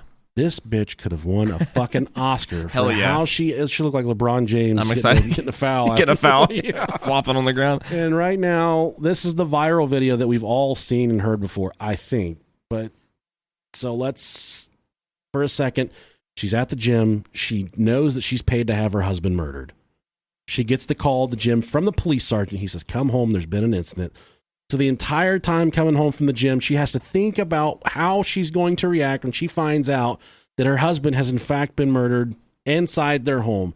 So she's probably practicing crying at the radio the whole way home, probably, setting sharp stuff in the seat to sit on so it looks like she's crying before she even gets out of the car. And the cops' film crew filmed this perfectly. She thought it was a news team on the scene, but it was actually the cops. Filmed on location. Ooh, got her. And let's listen to this Oscar-worthy performance right here of Dalia Dippolito learning that her husband had been murdered. Oh, shit. And that she paid for. So sad. I'm Sergeant Ramsey. I'm the one that called you. Thank you for coming. I'm sorry to call you. Listen, we had a report of a disturbance at your house, and there were shots fired. Is your husband Michael? Okay, I'm sorry to tell you, ma'am. He's been killed. She even had the shake and everything. Oh, yeah, dude. Look at that big old fucking lip right there. Hey, she don't have a chin. He's been killed, man. I'm sorry. it's not. Listen. No. Try to calm down. The best part about this video is she's trying to hug the cop. He's pushing her away. The cop's pushing her away. Yeah. He won't hug her because he knows that she's a fucking scumball. She is the worst of all worst. Good guy cop. Yep. Right now, we need to get you to the station. We need to get you to our police station. I can't let you see him, man. We have to do our job. If you want us to find his killer, okay, we need you to calm down. I'm going to need you to go with these detectives, okay? Does he have enemies? Is there anyone that would want to hurt him? Okay, who would want to hurt him? Witnesses said She they saw dropped a that black probation male. bomb real quick. Yeah. She dropped the probation bomb real He said, quick. would anybody want to hurt him? She said, he's on probation for stock fraud. He's not on probation for whacking somebody in the fucking mob. He's on probation for stock fraud. But she drops that really fast. And I don't know if it's on this video, but she immediately shifts to my dog's in the house. She doesn't care about her husband anymore. She only cares about the dog in the house. Running from me. I can't let you see him, ma'am. Ma'am, I cannot do this right now. Ma'am, I can't do it. Detective Yopi, I need you to take her to the station. I can't. Ma'am, go with these detectives. If you want to help your husband, okay? If you want to help your husband, you need to go to the station with these gentlemen and tell us everything you know about who he knows, who he's connected to. Don't worry, we've already taken care of dogs with animal control for right now. Everything's under control. And we'll take care of everything else, okay? Thank you, guys. These cops are laughing on the inside, bro. They are like, we fucking got you, bitch. Yeah, they know what she's done. They've recorded all the conversations she had with her former boyfriend, Mohammed Shihadi, all of the conversations with the undercover hitman. They've recorded everything, so they know that she's paid to do. They know how maniacal and conniving she is. They're ready to put her to sleep. They're ready to get this over with. Oh, I'm not gonna lie, man. She did a really good job trying to sell it. My dog, all my jewelry. Wait, I grabbed that. She had to sit there the entire trip that she was at the gym and think about how she was going to react. Up on that elliptical, just thinking, I can do this. I can do this. Just practicing her ugly cry. I matter. They got her thinking that she needed to help identify the murderer. You heard that. He said, if you want to help us help your husband, you have to go back to the police station, tell us everything you know so we can figure this out together. So they get, oh man, this is so good. Once they get her to the police station, they bring they take her into the interrogation room and they start to turn they're interrogating her and they're like, is there anybody that would hurt your husband? Who would do this to him? Yada, yada. They start turning the screws on this girl to see what she knows. And they're still playing along with her the whole way. Yeah. They're still making her think that she's just a widow now. Sure. Then they bring the undercover cop in. Oh. They say, we found a man running away from your house at the time of the incident. Can you identify this guy and tell us if you've ever seen him before? There's something flying around. I don't know what it is. They said, we both looked at it at the same time. Can you identify this guy? Have you ever seen him before? This is where it gets really good. Hell yeah. They bring the undercover cop in handcuffs, and they say that they caught him running away from the crime scene. She claims she's never seen him before. And even this portion of the video, they string her along. This cop keeps he's playing good cop, but then the cop he's like, listen, the gig is up. Yeah. I know what the fuck is going on. Nice. Here's the video for that. Hell yes. People weren't happy that he was getting off probation because it's a lot of money he's got to pay back. Well, when you say people, who are you talking about? People that were involved? Right now, the police are still spinning it like, okay, someone murdered your husband. Mm-hmm. We got to find out who it is. And they're trying to find out from her who would have done that. Sure. Which they know that nobody did it. Potential motives from other people. Right after this, they bring in the undercover cop, and we're going to get to hear the audio from that. Okay. With him before, or a little bit of everything. This was supposed to be something when he got off probation. It was supposed to be between us, and he went and he told friends of his. He told certain people, and everyone kind of talks. And he's constantly running into a lot of the guys that he was on probation with. Like a couple days ago, we ran into someone, and that was a target. I mean, and the guy comes up to us, and he's like with organized crime. It seems like a lot of the guys from Boca are starting to move up here, and we're constantly running into. You know what I mean? A lot of the guys that he knows and things like that. So it was a lot of money. It was $191,000 that he had to pay back. So I know certain names, you know what I mean, and I know certain families, they were on the news, like the guys that all just went away. Mm-hmm. What nationality are you? Spanish? My mom's from Peru and my dad's from Egypt. Wow. Yeah. I want to tell you everything, the whole... What does that have to do with anything? That has nothing to do cop with... says, wow. Wow. He's literally just playing a game with her right now. He's just busting her fucking chops. It's so great. No, Yeah, what's going on? I did. Okay. I want to know. So that's what happened with that. So he didn't know how to tell everybody what was going on with everything. Mm-hmm. I don't know if you know he was shot.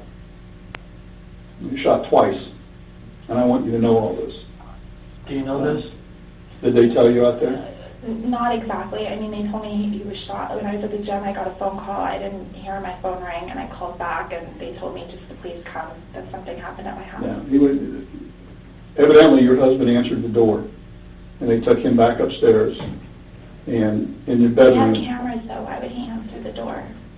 I don't Like, know. he doesn't answer for anybody he doesn't know. I have and no- I mean, the only person, like his probation officer, is like the only, you know what I I have mean? no idea. He would not answer the door. We have cameras, like at our house. Maybe he knows this person. I didn't know you We had have- cameras we have- because when we got there, some of your neighbors heard the commotion. We have cameras. The front door has camera, Oh, and that's the back great. door has camera, Then- but they don't record. And they don't record. Nobody knows, but they don't. We told everybody they He says, oh, that's great. That's so great. record, but they don't record. Oh, God. Because he didn't want them to make a hole in the garage. Right now, I'm going to go out and get in touch with the officers at the scene. I want to see if the house was burglarized. Okay. All right, just hang on for a second. Thank you. Now she's crying at the interrogation table right now. The lead investigator returns 16 minutes later. Now, you know that I advised you of your rights, right? Yes, you have. Okay. The game's over with. Okay? There's no more games with you and I. Now we're going to get down to serious business. I want to know if you know this guy. This is where they bring in the undercover cop. Bring this guy in here. Get over here. Get over here. They bring in the undercover cop who remains in character, acting like he's been caught, but refuses to allege Dalia's involvement. She happily plays along. You know who this guy is? No, You've never seen him before. I've never seen him before, ever. Do you know her? Put your head up and look at her. Put your head up. I've never seen him. What were you doing coming out of her house? Get him out of here. Bro, I bet her heart was fucking going crazy at this point. Wait, it gets better right here. Like, you done fucked up, Ron. Dalia was able to use her looks to get what she wanted out of life, which of itself isn't necessarily a bad thing. People do what they can to get by, which sometimes means relying on physical appearance, and in some cases they have no optionally. Yeah, make sure to cut all she this has out. as well to the spot That up. sucks. Charm.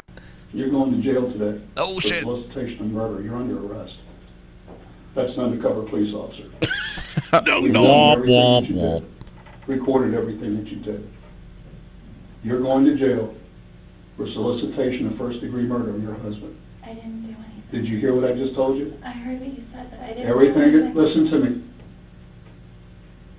Everything has been recorded. You were photographed in the convertible when you sat in his car in the front of CVS.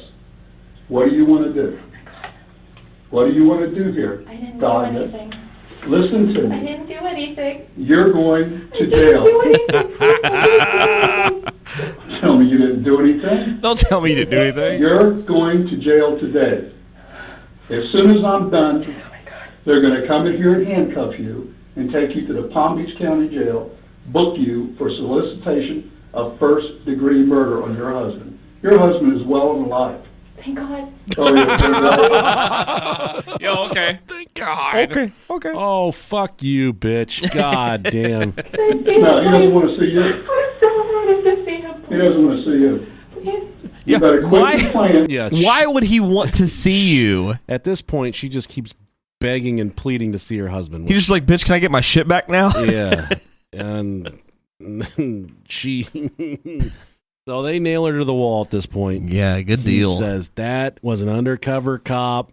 You are going to jail for solicitation of first-degree murder. She, I didn't do anything. Bitch, we got you. I didn't do anything. I didn't do anything. And that's the entire thing, the entire time to the detention center. I didn't do anything. I didn't do anything.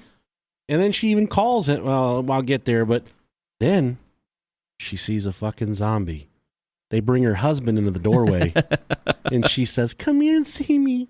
Come here and see me. He says, I can't do nothing for you, you fucking retard. You did all this stuff yourself. I can't do anything for you. And here's the clip from where they bring him into the doorway and show him her dead husband. I'm excited. To her. Oh my God. He's alive. He's alive. That was a cop. He's alive. It's like a miracle. Yeah. Come here, please. Come here. Mike, come here. Come here, please. Come here. Can't fix it. Why not? I can't fix this. Mike, come here, please. Come here. Okay. Thank you. We'll take her back to booking, please. Come on.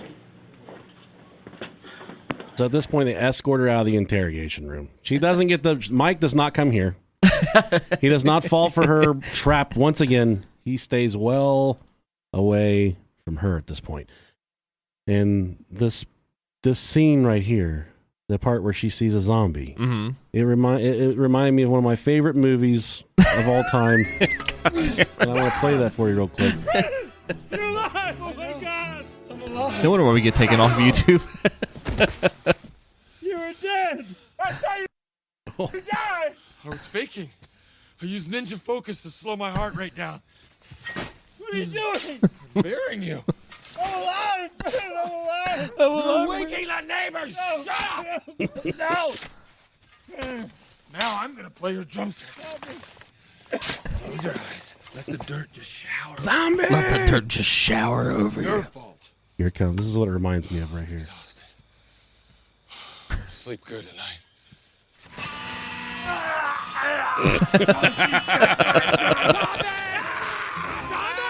Zombie! Zombie! Get off me, zombie! Oh, Classic. what a fucking good movie that is. Classic. So she sees a zombie. That was enough for her to say, come here. Come here. Michael says, nah, bitch. Nah, baby, nah. You made your bed. Lay in that shit. Oh, yeah. It was shortly after that she was officially charged with solicitation of first-degree murder. She kind of goes back and forth with the detectives for a while. They were really just trying to squeeze a confession out of her, but she didn't really budge on anything. She just kept on saying, I didn't do anything. I didn't do anything. She failed to see any wrongdoing on her part, and she was convinced that she was going home, which was not the case.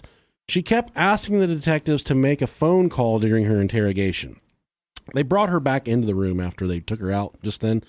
They brought her back into the room where they continued to interrogate her with the detective from earlier in the episode. You were like, oh, he's a handsome dude. But it was the detective. Okay, gotcha. But they continue to interrogate her, and she just keeps on asking for a phone call. But she was only saying, I want a phone call. She wasn't saying, I want to talk to my attorney.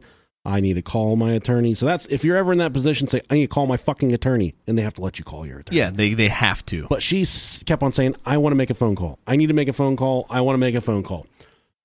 Since the cops weren't getting very far with her at this point, they just decided to go ahead and send her to jail. She arrived at the Palm Beach Detention Center where she was finally granted her phone call. Oh. In this position, I would probably call my mom, my dad, my brother, somebody with a lot of money that can bond my fucking ass out. Someone with a lot of money. Someone that can come get my ass. I don't know any of those people, so yeah. But I'll tell you who I would not call. I would not call my husband, who I just paid to have fucking murdered. She did not. She used her one phone call. No, she well, did she not. actually had two phone calls. She used her first phone call to call Mike. And this is the essence of how evil and conniving this woman was. Just like any other woman in the history of time, you get mad at them, they spin it around and make it seem like they're mad at you. And that's what she does to Mike. Man. She tries to guilt him into thinking that he was the one that caused all of this, that she didn't pay to have him murdered, and that it was his fucking fault for not hiring her an attorney. It was his fucking fault because he was not doing what she had demanded. The audacity. This bitch. Audacity. That's wild. And after the first phone call to Mike, she then doubles back and calls her mom. And you'll get to hear both of those phone calls. Hell yeah. Right now. Man, this is some good audio. It is. Hello? Hey, it's me. Yeah, what's up? Nothing, Mike. Can you please come here? Hey, listen, I don't want to fight with you. Honestly. I can't help you. Mike, Don't you understand what just happened? what they're saying is not true. How is that possible? Like, I'm sitting here. It's not true. It's not possible. You wouldn't even give me 2 minutes to talk to you, but it's not possible. What they are saying is not true. How in the hell did I hear it and see it? Like, I heard what you heard. It's not true. I heard what you heard, and I saw what you saw. Everything they showed me. What do you... Dalia, I couldn't help you if I wanted to. Like, please, I need an attorney. Can you please help me? It's not true. Your brother was here, and I spoke to him, and he's going to go talk to your mom. I called them for you already, right? What a nice guy. Right. You didn't have to do that. True. I heard Dalia, too. Look, how do you explain what I saw and heard? Like, I am limited on my phone call. You know more than anybody. It's not true. Just give me time so I can talk to you. What did it say? I saw it. I heard it. I saw what you saw, and I heard what you heard. Okay, what the f***? You said you wanted to have me killed. I heard that. What's the problem? Do you hear how mad she's getting? Yeah. It's not true. What a fucking jerk. What a dumbass. It's not true. Not true. I'll fucking, I'll chew on my fucking... I get 3 squares a day now. It's not. How is it not true? How can you believe that? I heard your voice. How can you believe it? What isn't the point? I heard you say it. It's not. I heard what you heard, and it's not. It's not. What did I hear then? I heard you say. I heard the tape. Okay, I heard the tape, and I saw pictures, and I saw the whole 9 yards. I saw all of it. So why would you meet a guy in a parking lot? She's got nothing to say right there. I'm sitting here on the phone. I will tell you when I see you in person. Please. I can't come there anyway. I'm not allowed there. That's not true. Who said that? They tell you that on purpose. That's not true. I don't know what you could tell me. Even if, let's pretend, I said, oh, it's all better. I can't, they're charging your ass. Don't you get it? I can't do anything. Please. I don't know what to say to you. I can't help you. What do you mean? It's out of my hands. You're not even trying. What am I supposed to do? You're supposed to get me an attorney, please, so I can talk to you. I saw you with this guy in the truck or whatever the f*** it was. I saw it. I heard your voice clearly. What? I don't understand. I did not say those things. I didn't. Period. So how did they get your voice on that tape recorder? Right. I'm limited with my time, please. You gotta be kidding me, man. Dalia, I heard you say that shit. Like, Okay? I'm telling you right now, okay? You can't fix it. How are you going to tell me that you didn't say it, you didn't do it? When I saw you say it and I saw you do it.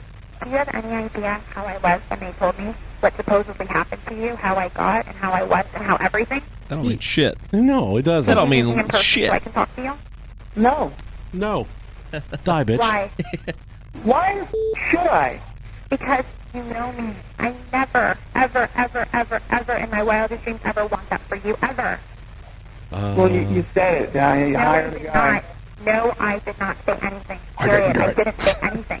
I don't know how you're going to actually have the nerve to sit here and lie to me now. I can't help you even if I wanted to. You're not listening. I didn't fucking do You it. want to. It's out of my f***ing hands. You're not even trying. It's different if you're trying. You're not even trying. What could I possibly do for you? I don't get it. What could I do? You're not even trying. Trying what? I'm sitting here like a dumbass. Please. Okay, they're getting ready to take me again. Dalia, I'm going to give you some advice, and you need to listen.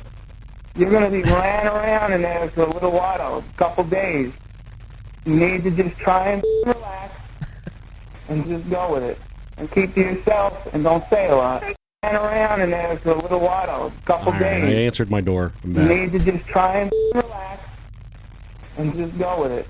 And keep to yourself and don't say a lot. Here's where it transitions to her talking to her mom. Everybody treated me awful, sir. I didn't do anything to you. You know me. Everyone here seemed awful to me. I can't help you. There's nothing I can do to help you. Know what I'll do? You know what I'll do for you? Seriously? What? You sign my house back over to me. I'll help your mom immensely. Give me my house back. There you go. That's it. That's it, what? I'll have the papers sent over to you somehow. You'll sign them over to me, and then I will help your mother. Okay? I'm not signing anything. I knew you wouldn't sign anything. I knew that wasn't going to happen. So I can't help you. Okay? That's what you're thinking about. I'm sitting here rotting and you're thinking about. Bitch, you done of your own volition. And again, you have the balls to say no to me. You just basically said F you to me, which is hilarious considering your situation and considering... Hello? Mom, I'm in jail. I know, Dalia. I know. I find out. I need you to call Mike in New York. Okay, who do you want me to call? I need you to call Mike in New York. Mike in New York is the one that she originally called to be the fake attorney. Yeah. She wants her mom to call him. I called already and I called that. Everybody knows. What is it you want me to do? Where are you exactly? I'm in the county jail. I need you to call. What did Mike say? Is he coming? Everybody's coming, Dalia. We're going to go ahead and Everybody coming. Okay? She has Don't no worry. fucking idea what she's talking about. God bless her. Yeah. Yes, I'm here. Mom, Mike said this to me. Okay, I didn't do anything. I didn't do anything. I know you didn't. I know you didn't. Where are you? You in gun club? What's gun club? They keep like they go back and forth for like 5 minutes. Like, you in gun club? I'm in gun club. You in gun? I'm in gun club. What's gun club? We're in gun club. Maybe that's the. I don't know what that means. I don't know either. Let's look up Gun Club Florida because I have no idea what that means. But that was pretty much the extent. Yeah, I don't know. Club. Sounds like a front. Yeah, what is a gun club? What is Orlando Gun Club? I don't know what it means. No, there's nothing. It's code for something. I don't know what it means. Definitely. So Dalia did bail out the next day for $25,000. Damn. Now this before her fucking defense attorney is tasked with defending this crazy bitch. $25K, dude. Fuck. And obviously a defense for this is going to be hard to come by. I wouldn't even be able to bail out for $1,000. How the fuck are these fucking $20? I'm in here. I work my fucking ass off. They'd be lucky to get like a Subway sandwich in order for me to get the fuck out of jail. So to defend this crime, here's what they conjured up. Okay. Dalia claimed that she was aware that she was being filmed by an undercover officer and that it was her husband's idea, who was so desperate to become a reality TV star, who convinced her to concoct a murder for hire video. Quote, it was a stunt that Michael Dippolito, whether he'll admit it or not, hoped to capture the attention of someone in reality television, said defense attorney Michael Salnick. Michael Dippolito's hoax to achieve fame and fortune was a bad prank. Hear me out. Oh, no, it's... Hear me out. What if she's being for real? What do you mean? What if he really did cook this up just to get rid of her? But then she would have mentioned that during the initial phone call. That's true. Yeah, and then she would have been so like, fucking about, and he said, I'll help you sign my house back over. She's like, no, even from prison. I'm just trying to play devil's advocate here. I'm not signing anything. Your fucking head was spinning when he asked that. She had one thing on her. She wanted her husband dead. That's the only thing she had on her mind. I mean, at that point, you're getting locked up for who knows how long. What's the point of you holding on to these things? You're not going to get to do shit with them. You can't even sell them. I'll sign the house back over to you right after you shove it up your fucking butt. Michael, shove it up your butt. I didn't do anything. But fortunately for us in the justice system, the jury disagreed with the reality star's defense. Oh, God. Holy shit. Yeah, you keep bumping that. Yeah, just don't touch that. I'm not going to touch that the rest of them. Yeah. They found her guilty, and she was sentenced to 20 years in jail. Ooh. But before she was even sentenced, there were whispers of a retrial. Oh, shit. Yeah, because that video of her crying in the cop's arms had gone viral before that, so everybody and their dad had seen this video, and that kind of the jurors, there was a good chance that they had seen that video. It tainted verdict. Compromised the jury. Threw a wheel, a stick in the spokes. It did, for sure. She did put on a good performance. I will give her that. And here is the Michael Dippolito's victim's witness statement during the trial. Where do I begin? Let me just start off by saying, when I married my wife, I was very much in love with her. And I thought we were doing things that normal married people do. And I was a very good husband. And I provided everything we needed. And, she didn't think so. That being said, lo and behold, that wasn't the case. I don't know who these people are talking about, but it's not that girl. And I feel bad. I don't even want to be here. Since this started, I've always put my hand out. Give me my house, let's be done with it. I'll beg the judge to even do whatever. I don't personally gain anything from this. The difference between me and I guess what's going on here, I went to prison. You know how I got there? I said, I did it. Yeah, I did it. Let's get this over with and handle it. That hasn't happened here. I mean, this girl doesn't feel sorry for anything. She still doesn't think she did anything. And believe me, I don't want to get up here and be nasty, but the reality is I sit and listen to this. Even today, we're talking about a retrial? Retrial for what?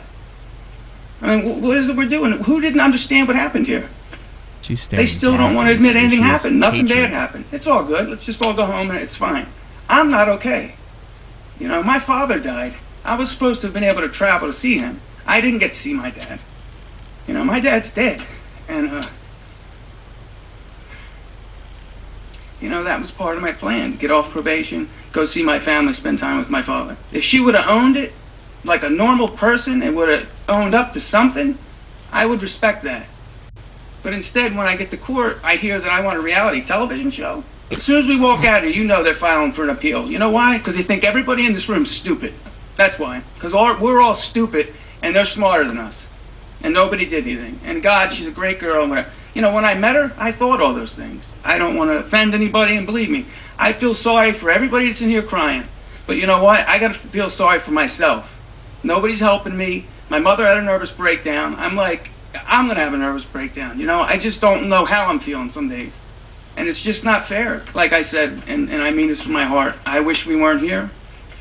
I wish she would have did anything but what she did. All right. And then there goes into a long spiel right here where the judge talks about, she's not remorseful for the crime. She thinks that she can just get out of it, that she doesn't have to, it's not her responsibility. And he says, wham, bam, thank you, ma'am, drops the gavel, gives her 20 fucking years. Slam fucking dunk. Okay. But after she is sentenced to 20 years in prison for solicitation of first-degree murder, the fucking conviction was thrown out a month later. They gave her house arrest while she waited for a new trial. She was on house arrest for 6 years. Wow. She was outside of jail, outside of prison for 6 years waiting for a new trial, where she found a baby daddy, got pregnant, and had a kid, all in an effort for the judge to not give her what she deserved. So she had a kid while she was out on 6 years house arrest. 6 fucking years, dude. So this, now we're at the second trial in 2016. This all happened in 2009. We're in 2016. For the second trial, she hires a new attorney, and he is the ultimate scumball. Let's listen to him real quick. Figures. Baited, enticed, and entrapped. Looks like Her Papa attorney, John. Brian Claypool, says Dalia is the innocent victim of a fame-hungry police department. What the police department did is they found out she's an attractive woman. In their minds, they're like ching, ching, ching. This is a perfect skit. There's no question about it that the Boynton Beach Police Department was dead set on manufacturing a crime here. How damaging are these tapes to your client? They are damaging because people have formed opinions. Our job in the second trial is to provide the proper context for the jury to see that this is not really what it looks like. Claypool claims she only kept up the act because Mohammed threatened her with a gun. Where did the Oh my fucking God, gun dude. come from? Defense attorneys are so scummy. Threatened to hurt me and to hurt my family. Did you believe he would? Absolutely, yes. So she was threatened to act out a hoax on a videotape? I mean, do you understand how ridiculous that sounds to a lot of people watching this? No, that's not ridiculous. You've got a 6'2", 230-pound man with a gun. Saying you will do this Absolutely. YouTube hoax or else? Right. 5,000% sure, not 100% sure, not 1,000% sure, but 5,000% sure. How do you explain that? I look at that video and I see somebody who's struggling with whether she's really sure. She's struggling? What? Why? Well, how is she struggling if she's 5,000% sure? well, you might find that humorous, but when I hear people say they're sure, I'm 110% sure. Why didn't she just What tell the fuck does that even mean? That's a lot less than 5,000. That's the dumbest attorney ever. He's too busy fucking. He should be making pizzas. Dumbest motherfucker. And fortunately for us, the jury didn't buy it. Yeah, The truth. State of Florida versus Dalia Dippolito, defendant. Verdict. We, the jury, find as follows. As to count one, we find the defendant guilty of solicitation to commit first-degree murder as charged in the information. So say we all, the 16th day of June, 2017, in West Palm Beach. Dalia Dippolito. There you go. Nailed to the wall. My dogs are barking again. Yeah, they are. This time she was sentenced to 16 years in prison. This was on July 21st, 2017. No chance for parole. A release date of August 24th in 2032. There was another appeal filed. Man. After that one, this one was about to go through for a fucking third trial. Crazy. But then the judge got wind of a phone call that Dalia made from prison. Okay. Where she was trying to talk her baby daddy into maybe freeing her from prison. Do we have that? Here's the intercepted phone call right here. Oh my God. Oh, what did you just do? Control Z. There you go. Eric, that's a guy who was in prison in Texas. Dalia is caught on tape again, this time talking on a phone from behind bars to her baby daddy about a plot to escape from prison using a drone. Baby daddy. Had somebody fly a drone over and drop off wire cutters. What the fuck? Drop off wire cutters. cutters. Fuck? I'm telling you, you're not escaping prison with wire cutters, you dumb bitch. She's never fucking used wire cutters in her entire life. You need like a fucking blowtorch or something. Listen to me for a second. I just heard something. I just heard that someone in Texas flew a drone over a prison and dropped off wire cutters. I'm going to use wire cutters and I'm going to escape prison. And then when I get out of prison, I'm going to get my house back that I got from Michael Dippolito. What a fucking idiot. Listen. They used the drone and they dropped wire cutters on the inside the wreck. Oh, God.